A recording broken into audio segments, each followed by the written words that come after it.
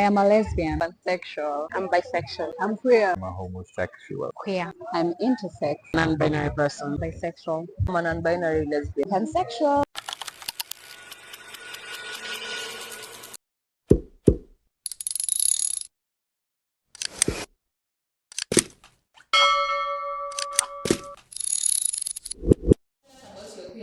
That is literally why I have this podcast.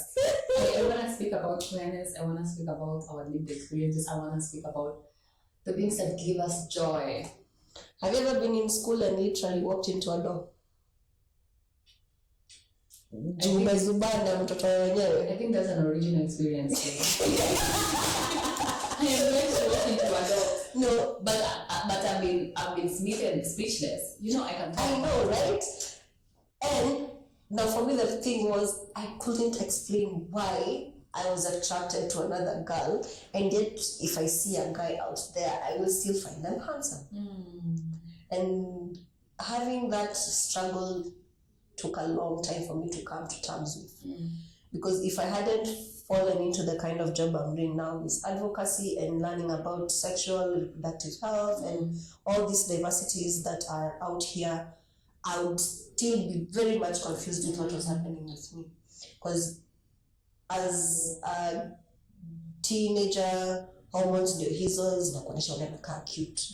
But ukitaji hivi na ule dem anakaa mtamu.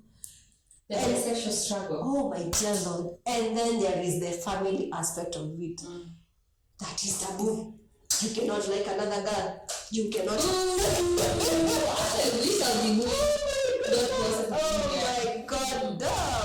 Damn, that was really, really rough. So for me to come into my own awakening, when I had my first job, I had this guy I used to hang out with. And for quite a while afterwards, after we finished our time at the company, we just kept in touch, but that side of our friendship came to a stop. And then a couple of years later, I ran into him again. And he was like, are you down for a party? Nikamuuliza, what kind of a party? It's just a house party with a couple of friends. Millennials. With a couple of friends, and then we'll see where the night goes. And that is how I found myself in my first. Do I say it? Why not? Here, when I say it all, if it's not written on my profile, it's say it all. Yes, that is how I found myself in my first BDSM orgy. A 2-for-1.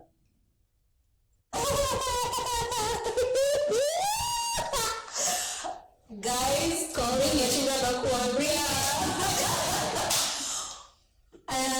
And what was that like? I will say it was quite an experience. Because Bring back house parties, guys. I know, right? Who said that?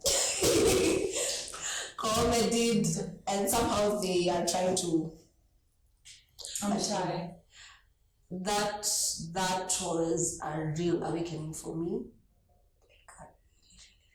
Really. It was like being in a candy store. Oh my good Lord, and not knowing where to start. Kwanza kwa fact, hata si kwa shop, kwa factory. Oh my God. But it was really amazing. They were so welcoming. And we had all agreed that we would come knowing what our physical status was health-wise. So everyone knew na tukakuja na tukaoneshana. That is initiative right there. Well, yeah, considering they are adult, for them they had been doing it for a while, but I was the one who was Green. initiated into it, and yeah. How old were you? I was 24, 25-ish. Okay. Yeah. By then niko na my first child. And then that's how I fell into my first relationship after having my child, but it was still with another guy. So with the guy who introduced me to my bisexual side, we just continued hanging out, but not in party settings anymore. But when I had my second one, is when now it kind of bloomed from there, and it became a thing, because I also had a falling out with the dad of my second child, and I was left to raise now 2 children alone. And at this time, COVID had struck, so there was all these issues heading into my 30s. Okay. Yeah. Yes. Because, yes. Look at this vampire. me ni old school, lakini mi ni kadogo. So, when I was left with my son, I had to find an outlet, because COVID struck, no jobs, what we were needing. Mimi ni mtu wa CS, my mom your time tena kagonjeka. So there was a lot going on in my mind. But through all this, we were still in touch with this guy. And he's like, why not give a different kind of a relationship a try? That's how I found myself in my first 3-way relationship that went for 2 years. Well, It was really interesting navigating the rules and the commitments of being with 2 people, with 2 different people of different sexes. Oh, that must have been literally a bisexual dream. I tell you, it was a fantasy come true, but it didn't last. What didn't happen? What went wrong? My feelings za baby girl mwanzo ziliinterfere na fani yetu sisi. So we had to. That's the problem, but she had her own issues with it. Okay. Fair enough. So we had to go our separate ways, but I still stayed friends with the guy, because obviously we are still friends. In your, and he's one of those people that I have known for the longest. So everyone else will come and go, but he's a constant. He's a constant. So what has it been like for you dating women? You know, men are easy. They are not. They are not. I stand corrected. You are very corrected. They are personally, I deal with women, so I wouldn't know. Men are not easy to deal with, but that is a misconception, guys. Yes, men are not easy to deal with. There are things that may look like it's usually the same for all of them, but they're not. Especially when you're dealing with maybe someone who's younger than you or someone who's older than you. There's different ways to. That. This is advice from me who doesn't date men. As a woman, at least a couple of times in your life, you should explore dating a younger man. You leave it at Yes.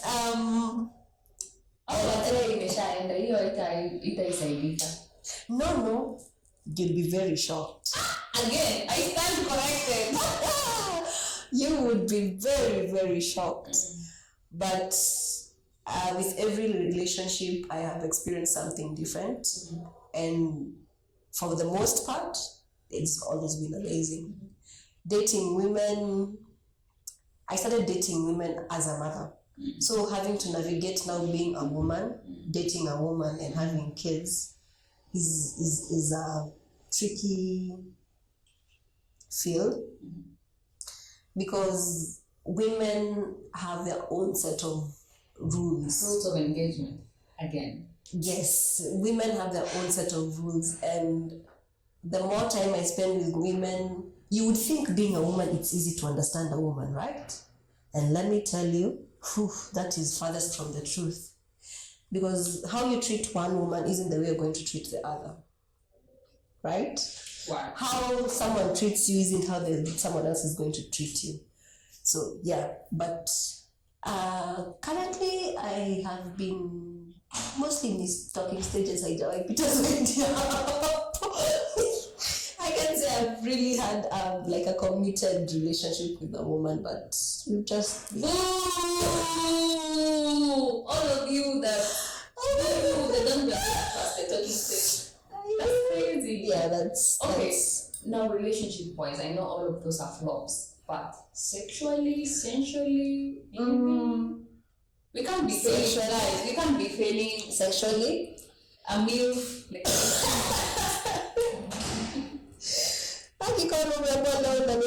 Spotlight. Oh my dear Lord. So sexually, like I mentioned, I was initiated into the world of bisexuality and multiple partners and BDSM all at once. And I liked it. And with every different partner, I try to not expect it from them. But if it's someone who can give me that, then I consider that a very, very, very good thing. I'm like Virginia Villa Umeona politician. Hajasema anything. Oh my God. What is it? We are asking your needs when it comes to women. Are they getting fulfilled? Yes, they are. That's all you have to say, Jade. That's all. I will say this. Maybe they won't see this at least for another 10 years, so you're safe. Hata zia si mwenye ananipea stress area. My daughter is too curious for her Who own your good. sons out? We can't, no comment. Nitaenda kuweka parental lock kwa YouTube. Yes, do. I will say this. Satisfaction from a woman is completely different from that of a man. In what way? Because a woman is more sensual. They listen to your body. Kuna time with a guy, it's just hit and go. There are times they will take their time, but it's not really all the time. Yeah. But a woman will give you the best in anataka juu. And I understand as a woman there's something different about you. Hata yeye mwenyewe ni mtu tofauti. So nimelan kujuggle kusoma mwili ya mtu from reaction ya yes. Like how does the body respond? I love that. Yes. Yeah. So what would you say is has been your experience, especially as a mom, as a grown woman, Yes. as a woman who still has like these needs, like how do you navigate that, especially within like the Ulawu context? Because there's this conversation about obviously single moms. Yeah.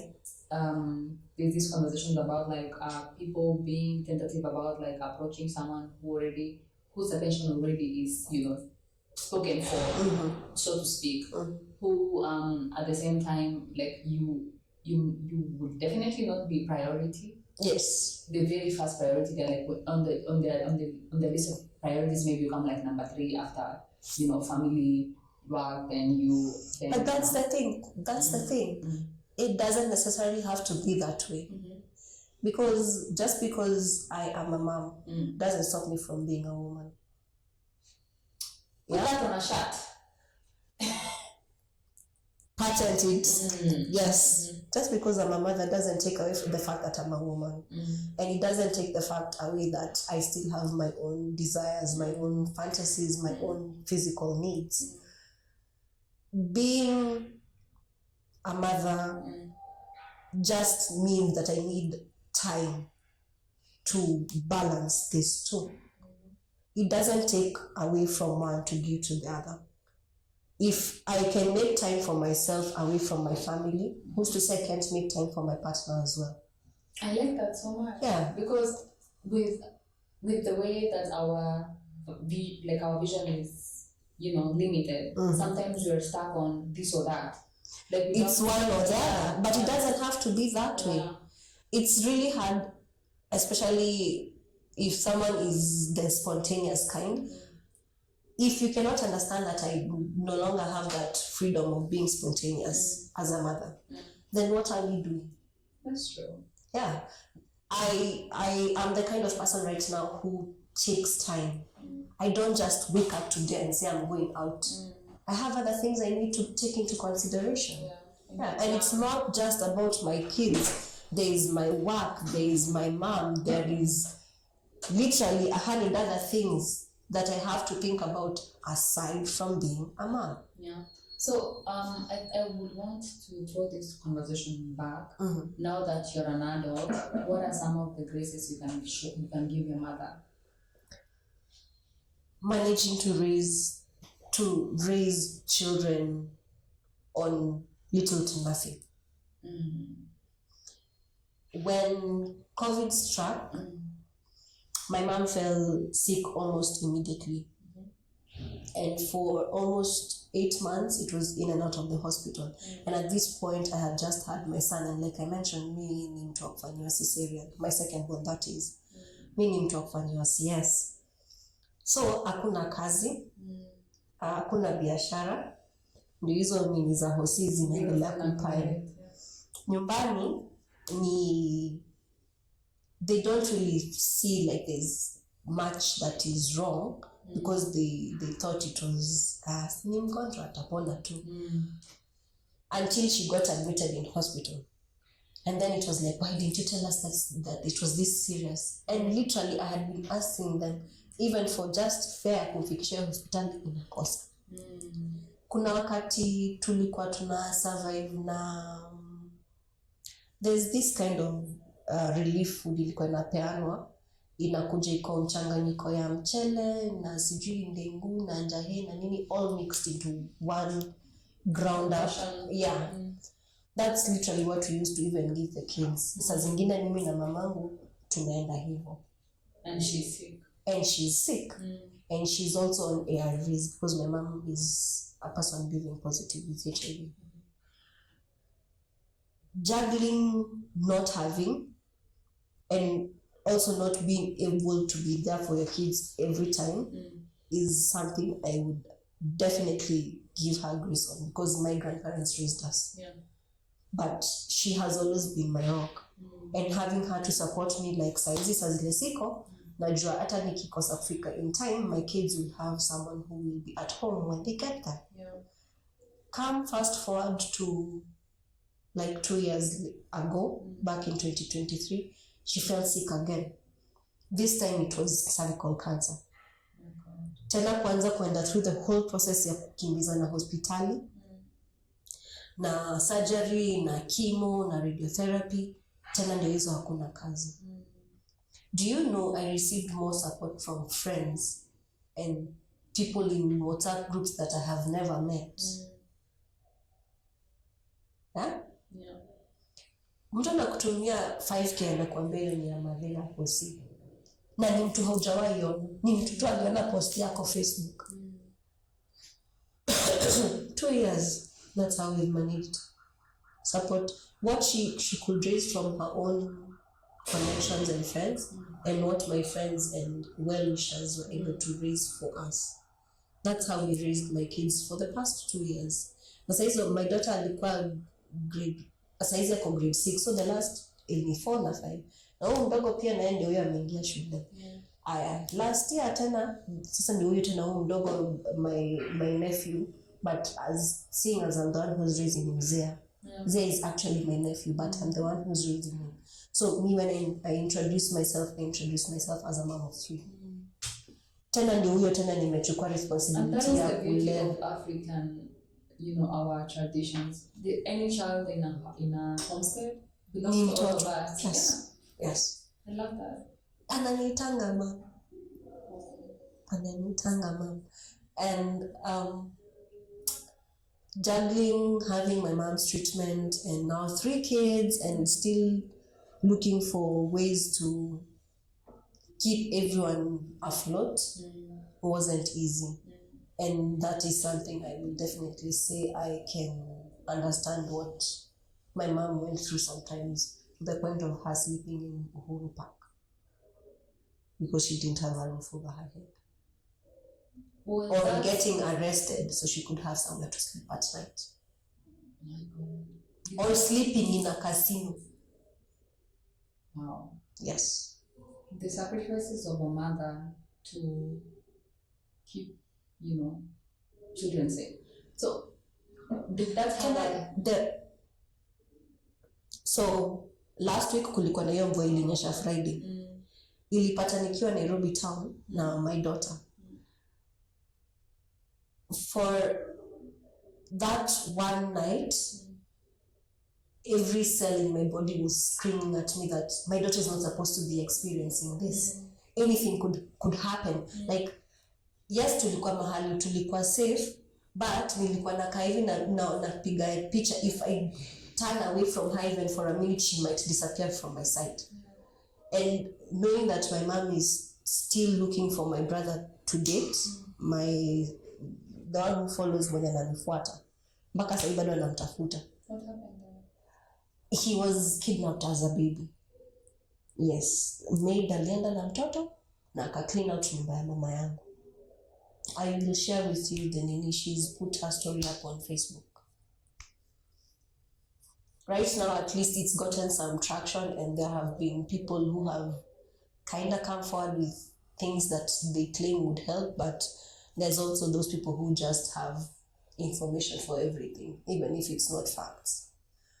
So yeah, I understand that fear of almost losing my daughter, but she actually lost her son. So that is something. That is something you're always worried at the back of your head. Exactly. A child. Yeah. When my daughter Because you also lost a sibling.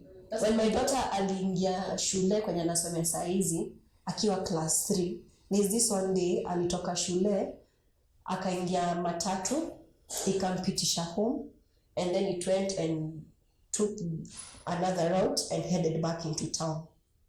Akiwa tu kwa gari ndani. Penye alienda kushukishwa ni nje ya stage ya kukuja home. So she knows where the stage ya kukuja home, and she knew my number.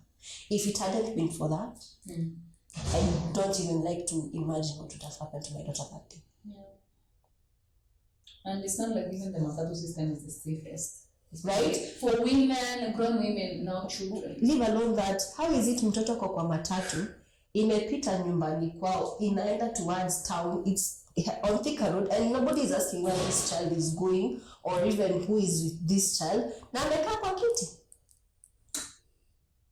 Yeah, Nairobi, you need to show a bit more care and tenderness, which is hard. It's very difficult to do, because but this town isn't necessarily the warmest or the safest or the most straightforward.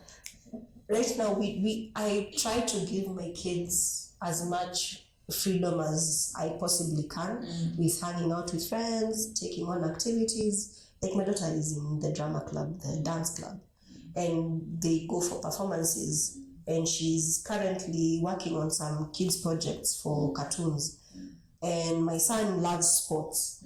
Na wakienda kwenda na shule na watoto na and all that, I will let them go. But until they are back in my arms, I always have this anxiety. Are they okay? Na kwanza niko na hadi namba za walimu. Kidogo tu niwaitishe mpaka location. Ni vile tu siwezi enda na wao. If I could. I see parents putting airtags on their kids like are cheap.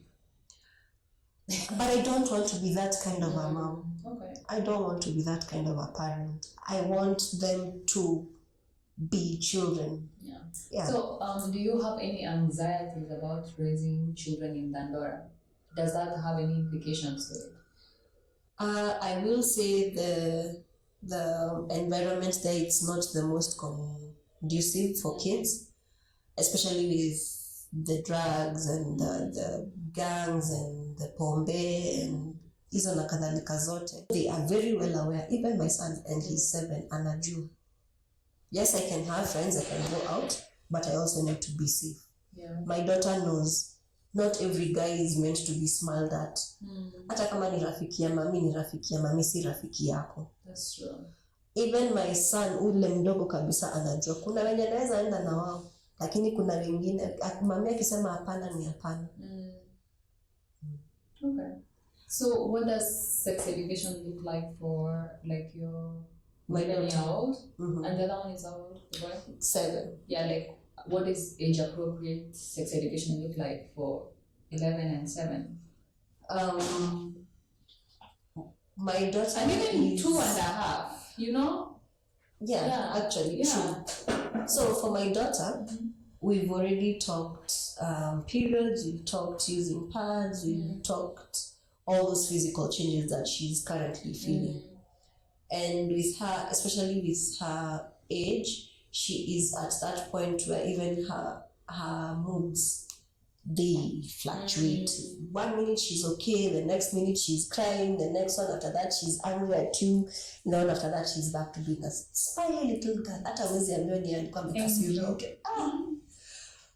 My son, for him, ilianza akiwa very small because when he was young, he had a hernia and he had to be operated on and circumcised at the same time when he was, I think, 3. Yes. And at that time, I had to sit him down and come explain what had happened after he had recovered now, that is. I explained to him what had happened. And I told him he should not expose himself even to his sister, even to... That is when alianzanga hadi kula kujiosha mwenyewe. Huyu mdogo na yeye, nikimchange, nikimwosha, ni kwa shower. Hakuna kuonekana na nini? Anybody else. Nikimwosha, because it's a small building. Even when he leaves the bathroom, he is completely wrapped up, no running around naked. Ama kwenda kuchungulia sister yake ama brother yake. So they know there is that privacy that you have to maintain. Yes. Do you have a conversation about body parts, what is appropriate and stuff like that? My daughter knows literally everything. What does everything look like? Because Hizi to share discuss about, see, I was telling you when tumeshaongea kuhusu hadi the changes.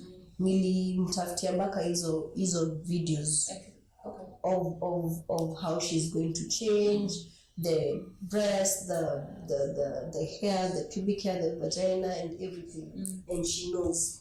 So she told me, there was this, when we were talking about pads, she asked me, is this the only option I have for using? Smart girl. I like that. Is this the only thing I can use? Nikamwambia, because it's just for a start and I don't know how your flow is going to be, we will learn as we go. So she's very, very aware.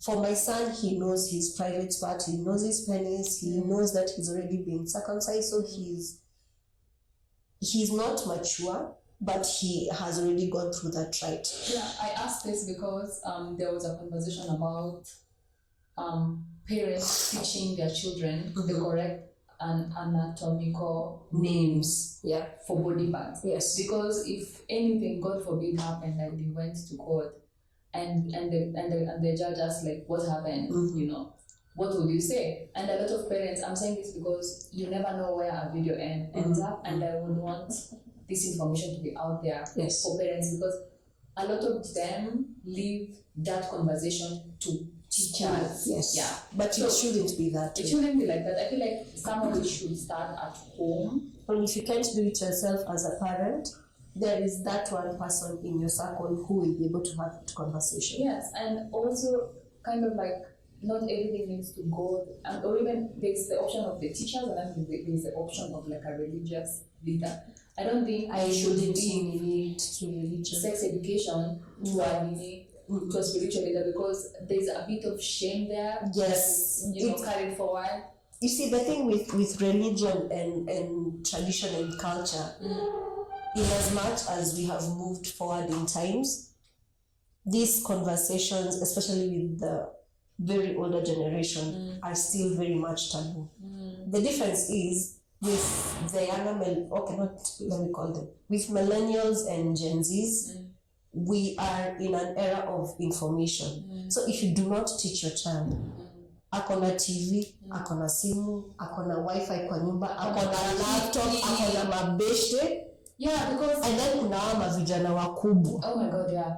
So the thing is that I feel like my biggest fear as someone that doesn't have a child with bringing someone out here is that yes, I can do everything within my knowledge and power, like to protect and educate my child, but I can't guarantee what the next parent does.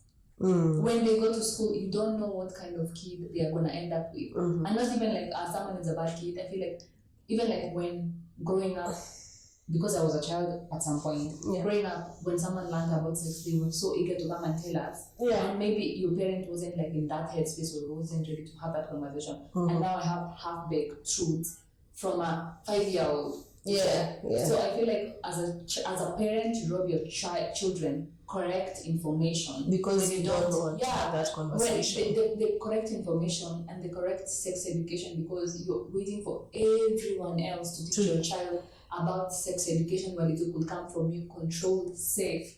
And even worse is when it comes from everyone else, it doesn't sound the same.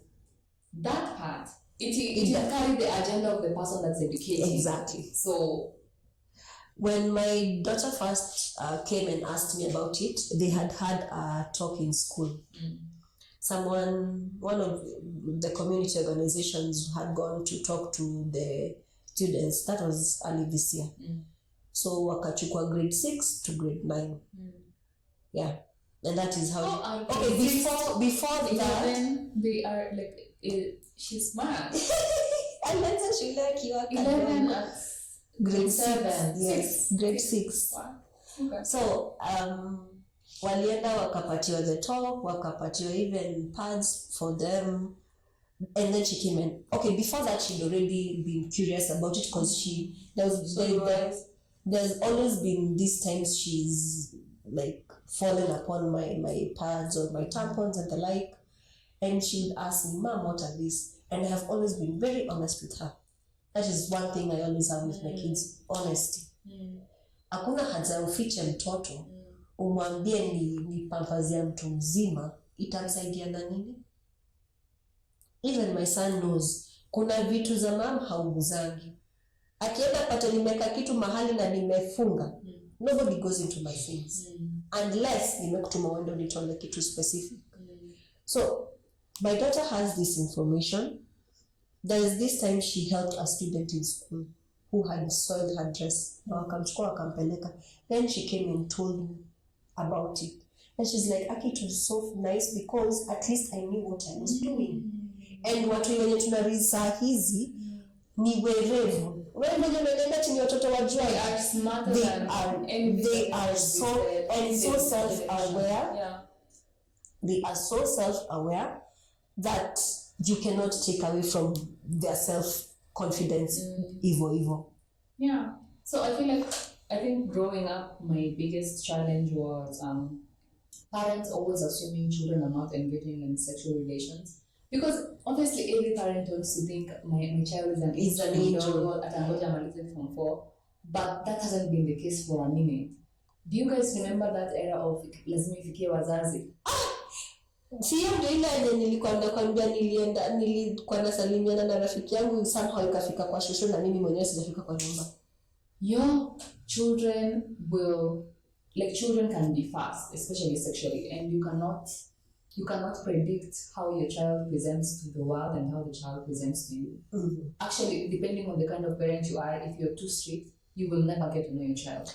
True. If you are too forward-facing, the chances of you knowing what's happening with your kid, especially teenagers, slim to nothing.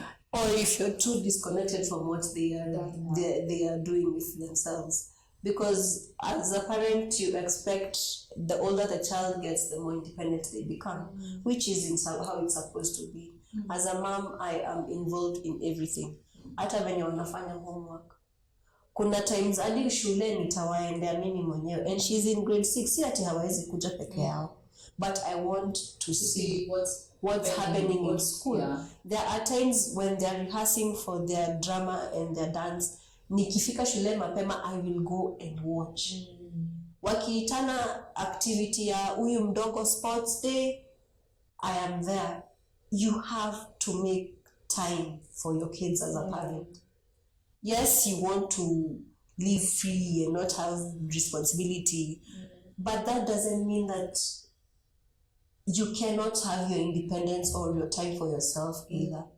You just need to understand how you can balance everything. And that's the most important thing to have. Balance.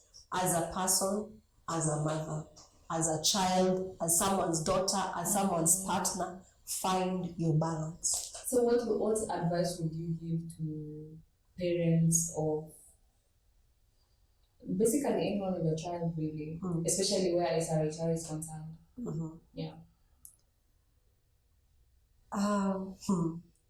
Where sexual and reproductive health is concerned, wacha hiyo information itoke kwako kama mzazi. Usiachie ati sijui community itamfunza, sijui kufunza na ulimwengu ni ngumu. Ati utamgugulia na watch na understand. Hata kama watch ingine haimaanishi it will all make sense mara moja. There are still times my daughter will come and ask me, Mom, I know you told me, but can you explain to me again? Make time. It's actually a continuous process. It's not when you are 12 years old, akugalisha chini and that will pick up your conversation. Hata hawata kuongelesha. Mimi unajua kuna vitu nilikuja kujua tukiwa science class. Ile ya the reproductive diagram unaona. Hiyo ndio nilikuja ku understand some of the things zenye nilipitia. You know, we don't even take time to see what we are working with. Unakwamba tu like unadhani ni mtu mwingine kudili nazo. You know? I was actually almost 17 when I learned that. Acha nikwambie, mimi mtu wangu hadi akinotice a change kidogo tu hivi. Anakujanga ananiambia, "Mami leo sinasikia sijui aje." Anza, there's this time she came and asked me, "Mom, what are the signs of cramps?" Those are cramps. Do you know what those are? No, but it's a word I had, so I wanted to explain it. So nikamwambia, there are times utasikia uchungu hapa, kuna times utasikia hapa kwa mgongo. And that's why today I've been feeling so yucky. And please create an environment where your children have conversations with you. My daughter kama hawezi kuja kwangu atauliza mamangu. Because that's the kind of environment tumewapea. Yes. I love that so much. Well, Jade. Tunaweza ongea hapa mpaka next year. It could be ages. Thank you so much for sharing your knowledge with us, your motherhood experience. Some of us may never have it, save with cats. Or those who have partners with kids. That part. Yeah. Or we could raise them in a village. I'm actually very down to raise children in a community. I don't know what's the whole that means, guys. Maybe it means Anzisha, I will let you adopt my watatu.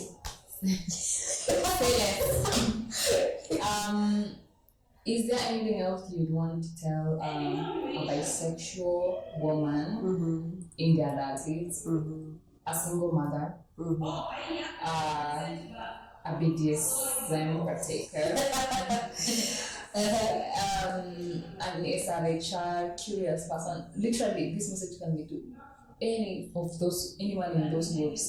Okay. Which one do you pick, and what is the message? I'm not going to pick one.